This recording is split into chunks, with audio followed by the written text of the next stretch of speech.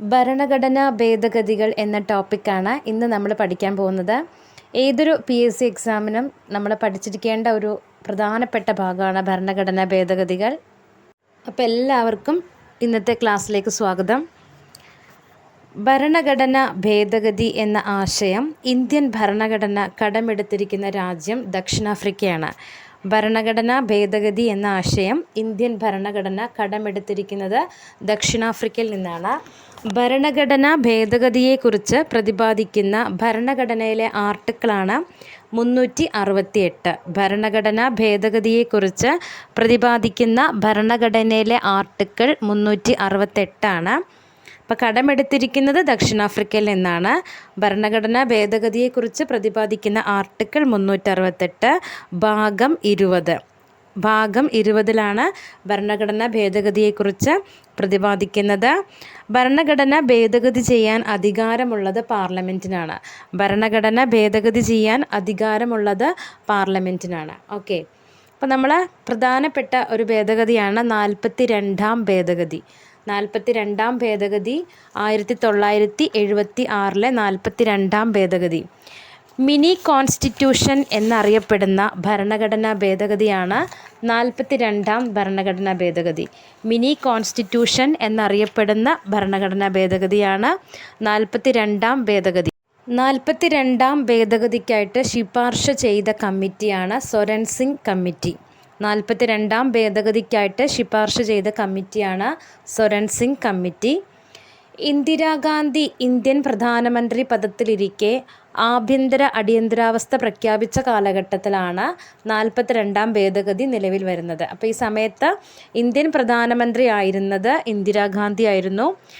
ആഭ്യന്തര അടിയന്തരാവസ്ഥ പ്രഖ്യാപിച്ച കാലഘട്ടത്തിലാണ് 42ാം ഭേദഗതി നിലവിൽ വരുന്നത്. ഇന്ദിരാഗാന്ധി ഇന്ത്യൻ പ്രധാനമന്ത്രി പദത്തിലിരിക്കെ ആഭ്യന്തര അടിയന്തരാവസ്ഥ പ്രഖ്യാപിച്ച കാലഘട്ടത്തിലാണ് 42ാം ഭേദഗതി നിലവിൽ വരുന്നത്. 1976 42ാം ഭേദഗതി. 42ാം ഭേദഗതിക്കായിട്ട് ശുപാർശ ചെയ്ത കമ്മിറ്റി സൊരൻ സിംഗ് കമ്മിറ്റിയാണ്. ഭരണഘടനയുടെ ആമുഖം ഭേദഗതി ചെയ്ത ഏക ഭരണഘടനാ ഭേദഗതിയാണ് 42ാം ഭേദഗതി. ഭരണഘടനയുടെ ആമുഖം ഭേദഗതി ചെയ്ത ഏക ഭരണഘടനാ ഭേദഗതിയാണ് 1976 42ാം ഭേദഗതി. സോഷ്യലിസ്റ്റ്, സെക്യുലർ, ഇൻറ്റഗ്രിറ്റി എന്നീ വാക്കുകൾ കൂട്ടിച്ചേർത്ത ഭരണഘടനാ ഭേദഗതിയാണ് 42ാം ഭേദഗതി. ഭരണഘടനയുടെ ആമുഖത്തിൽ സോഷ്യലിസ്റ്റ്, സെക്യുലർ, ഇൻറ്റഗ്രിറ്റി, സോഷ്യലിസം, മതേതരത്വം, അവിഭാജ്യത എന്നീ വാക്കുകൾ കൂട്ടിച്ചേർത്ത ഭേദഗതിയാണ് 42ാം ഭേദഗതി.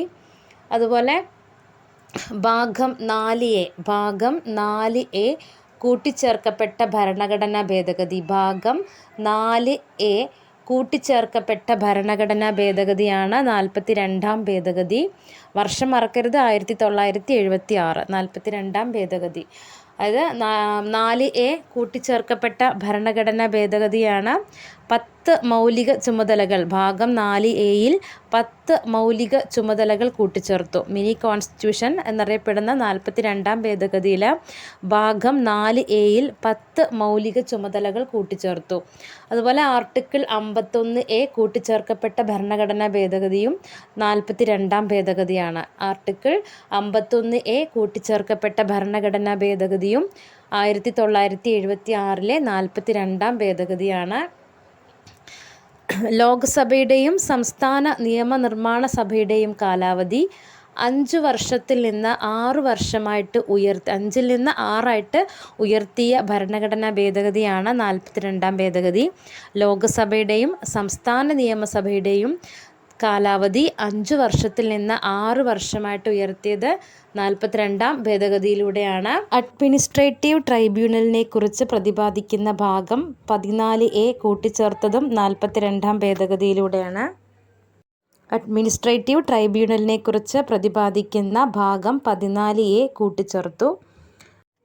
സ്റ്റേറ്റ് ലിസ്റ്റിൽ നിന്നും 5 വിഷയങ്ങൾ കൺകറൻറ്റ് ലിസ്റ്റിലേക്ക് സ്ഥാനമാറ്റം നടത്തി.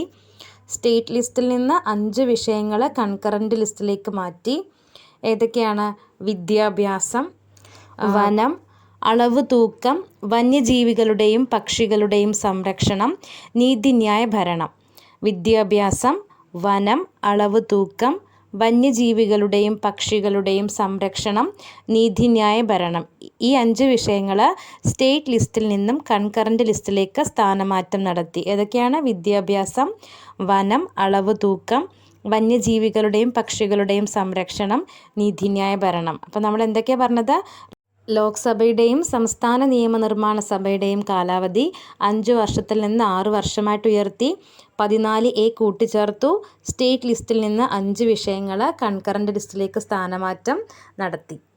അതുപോലെ തന്നെ ഇന്ത്യയിലെ ഏത് ഭാഗത്തും അടിയന്തരാവസ്ഥ പ്രഖ്യാപിക്കാനുള്ള അധികാരം രാഷ്ട്രപതിക്ക് നൽകിയതും 42ാം ഭേദഗതിയിലൂടെയാണ്.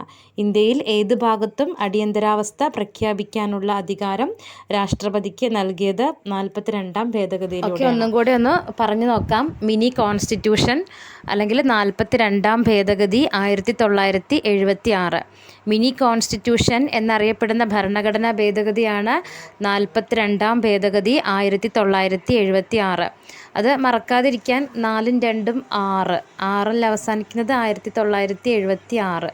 ഓക്കെ, അപ്പോൾ ഒരുപാട് ഭേദഗതികൾ വരുമ്പോൾ നമുക്ക് വർഷം കൺഫ്യൂഷനാവും. അപ്പോൾ 42ൽ 4ഉം 2ഉം 6 ലാസ്റ്റ് ഡിജിറ്റ് ഓർത്ത് വയ്ക്കുക. ഇന്ദിരാഗാന്ധി ഇന്ത്യൻ പ്രധാനമന്ത്രി പദത്തിലിരിക്കെ ആഭ്യന്തര അടിയന്തരാവസ്ഥ പ്രഖ്യാപിച്ച കാലഘട്ടത്തിലാണ് 42ാം ഭേദഗതി നിലവിൽ വരുന്നത്. 42ാം ഭേദഗതിക്കായിട്ട് ശുപാർശ ചെയ്ത കമ്മിറ്റിയാണ് സ്വരൺ സിംഗ് കമ്മിറ്റി. ഭരണഘടനയുടെ ആമുഖം ഭേദഗതി ചെയ്ത ഒരേ ഒരു ഭരണഘടനാ ഭേദഗതിയാണ് 42ാം ഭേദഗതി. ഭരണഘടനയുടെ ആമുഖത്തിൽ സോഷ്യലിസ്റ്റ്, സെക്യുലർ, ഇൻ്റഗ്രിറ്റി എന്നീ വാക്കുകൾ കൂട്ടിച്ചേർത്തു. ഭാഗം 4A-യിൽ 10 മൗലിക ചുമതലകൾ കൂട്ടിച്ചേർത്തു. ലോക്സഭയുടെയും സംസ്ഥാന നിയമനിർമ്മാണ സഭയുടെയും കാലാവധി 5 വർഷത്തിൽ നിന്ന് 6 വർഷമായിട്ട് ഉയർത്തി. 14A അഡ്മിനിസ്ട്രേറ്റീവ് ട്രൈബ്യൂണലിനെ കുറിച്ച് പ്രതിപാദിക്കുന്ന ഭാഗം 14A കൂട്ടിച്ചേർത്തു. ഇന്ത്യയിൽ ഏത് ഭാഗത്തും അടിയന്തരാവസ്ഥ പ്രഖ്യാപിക്കാനുള്ള അധികാരം രാഷ്ട്രപതിക്ക് നൽകി. സ്റ്റേറ്റ് ലിസ്റ്റിൽ നിന്നും 5 വിഷയങ്ങൾ കൺകറൻറ്റ് ലിസ്റ്റിലേക്ക് സ്ഥാനമാറ്റം നടത്തിയതും 42ാം ഭേദഗതിയിലൂടെയാണ്. ഏതൊക്കെയായിരുന്നു? വിദ്യാഭ്യാസം, വനം, അളവ് തൂക്കം, വന്യജീവികളുടെയും പക്ഷികളുടെയും സംരക്ഷണം, നീതിന്യായ ഭരണം. ഓക്കെ, അപ്പോൾ ഇനി നമ്മൾ നെക്സ്റ്റ് നോക്കാൻ പോകുന്നത് 44ാം ഭേദഗതിയാണ്. 44ാം ഭേദഗതിയാണ് നെക്സ്റ്റ് നമ്മൾ നോക്കാൻ പോകുന്നത്. 44ാം ഭരണഘടനാ ഭേദഗതി 1978. ഇതും ഓർക്കാൻ എളുപ്പമാണ്. ഇയർ 4ഉം 4ഉം 8, 1978. അപ്പോൾ ആദ്യത്തെ ഭേദഗതി 1976 ആയിരുന്നു. 42ാം ഭേദഗതി. 44ാം ഭേദഗതി 1978. സ്വത്തവകാശത്തെ മൗലികാവകാശങ്ങളിൽ നിന്നും നീക്കം ചെയ്ത ഭരണഘടനാ ഭേദഗതിയാണ് 44ാം ഭേദഗതി. സ്വത്തവകാശത്തെ മൗലികാവകാശങ്ങളിൽ നിന്നും നീക്കം ചെയ്ത ഭരണഘടനാ ഭേദഗതിയാണ് 44ാം ഭേദഗതി. സ്വത്തവകാശത്തെ മൗലികാവകാശങ്ങളിൽ നിന്ന് നീക്കം ചെയ്യുകയും ആർട്ടിക്കിൾ 300A-യിൽ സ്വത്തവകാശത്തെ നിയമപരമായ അവകാശമായിട്ട് ഉൾപ്പെടുത്തുകയും ചെയ്തു. ആർട്ടിക്കിൾ 300A-യിൽ സ്വത്തവകാശത്തെ നിയമപരമായ അവകാശമായിട്ട് ഉൾപ്പെടുത്തുകയും ചെയ്തു. Article 300A. ജനതാ ഗവൺമെൻറ്റിൻ്റെ കാലത്താണ് 44ാം ഭേദഗതി പാസ്സായത്. ജനതാ ഗവൺമെൻറ്റിൻ്റെ കാലത്താണ് 44ാം ഭേദഗതി പാസ്സായത്.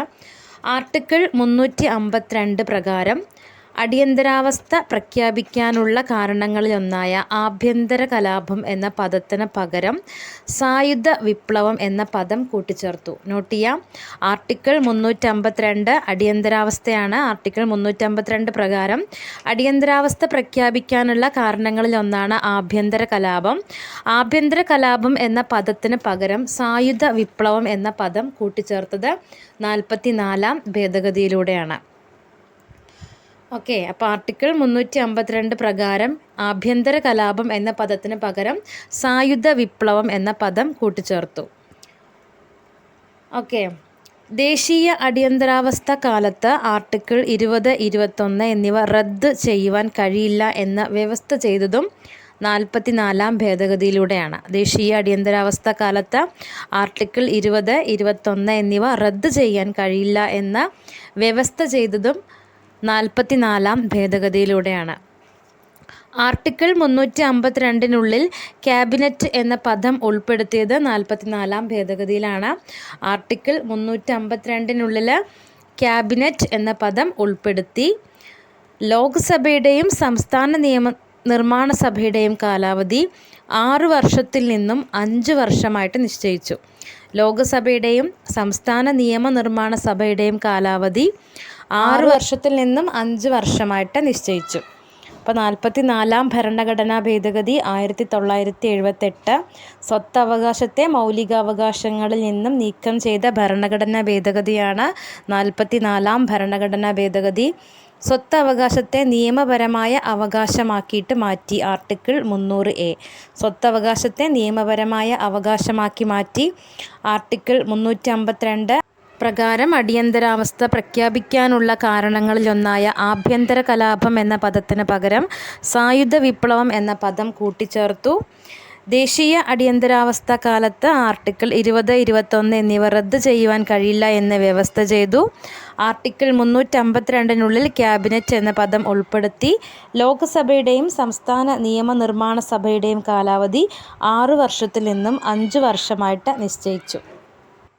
ഓക്കെ, അപ്പോൾ ഇന്നത്തെ വീഡിയോ എല്ലാവർക്കും ഉപകാരപ്പെട്ടു എന്ന് വിചാരിക്കുന്നു. Thank you.